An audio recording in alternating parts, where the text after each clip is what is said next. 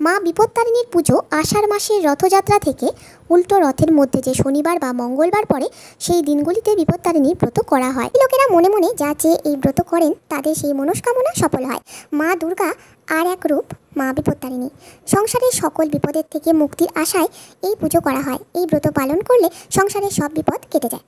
এই ব্রত করার জন্য বড় নৈবেদ্য কয়েকটা কুচো নৈবেদ্য, একটা ভুজি, 13 রকম ফুল, 13 রকম ফল কেটে দুভাগ করা, একটা চুপড়িতে 13 গাছা লাল সুতো, পান সুপুরি, চুন, খয়ের ঘি, ময়দা ইত্যাদি প্রয়োজন। যে ব্রত করে ব্রতের আগের দিন তাকে হবিষ্যি করে থাকতে হয়। ব্রতের জন্য একটা ঘট পেতে তার উপর আমের ডাল ও সরা দিতে হবে। এই সরাতে নানা রকমের ফলমূল দিয়ে দুর্গার পুজো করার হয়ে থাকে। 13টা ফল, ফুল ও পিঠেও এর সঙ্গে দেওয়ার নিয়ম।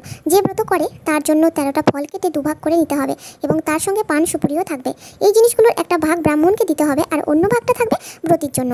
একটা পৈতে আর ভুজি ব্রাহ্মণকে দান করা প্রয়োজন। পুজোর শেষে ব্রাহ্মণকে দক্ষিণা দিয়ে 13টি গাঁট দেওয়া লাল সুতো স্ত্রীলোকের বাঁ হাত